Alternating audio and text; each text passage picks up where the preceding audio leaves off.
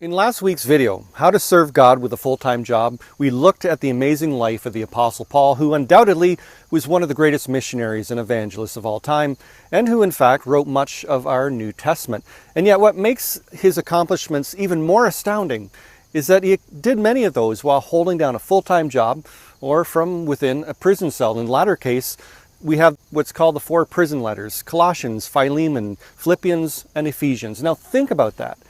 If Paul hadn't been thrown in prison, we wouldn't have those letters in our New Testament today.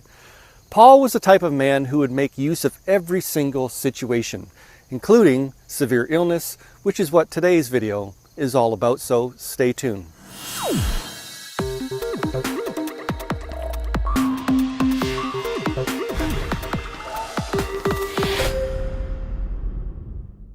Hey everyone, this is Mark Leeming from Segue to Reason, where you can learn right now things that have, well, probably taken me many years to learn myself. Now, one thing that strikes me as rather odd is the assumption of many modern evangelicals that somehow the early church, or more specifically the leaders of the early church, were so spiritual that they were beyond getting sick or becoming ill.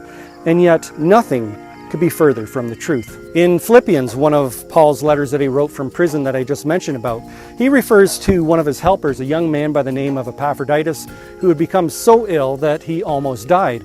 And then in 2 Timothy refers to another one of his helpers, a man by the name of Trophimus, who had become so ill that Paul unfortunately had to leave him behind in the city of Miletus.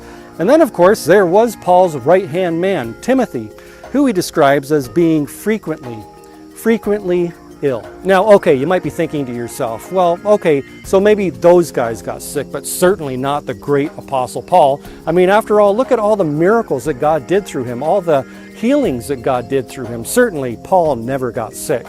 Well, in Galatians chapter 4, he reminds the Galatians that the reason why he even preached the gospel to them in the first place was because he had become severely ill, and they nursed him back to health. Now, what that illness was, we can never know for certain. It could have been malaria, or as some scholars suggest, there could have been something seriously wrong with Paul's eyesight, because he says of the Galatians that they would have torn out their own eyeballs and given them to him if they could have. And towards the end of the letter, he writes, "See what large letters I used to write this letter with?"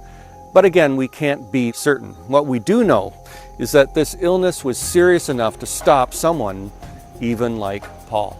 Now, I'll admit it, the worst form of illness I've ever had is a really bad case of the flu, and whenever that's happened, I simply want to be left alone and hide under the covers. But not the Apostle Paul. Even though he was severely ill, he still told people about Jesus, and as a result, people were saved, and as a result, churches were planted in what we now know as modern-day Turkey. Now, obviously, Paul had a very unique call upon his life, and we shouldn't compare ourselves to him.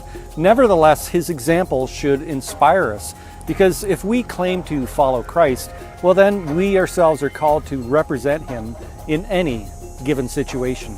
And maybe some of you right now are suffering from some form of serious illness. Maybe you have cancer, maybe you are bedridden, wheelchair bound, or maybe even you suffer from mental illness, and you think to yourself, well, how could God possibly use me?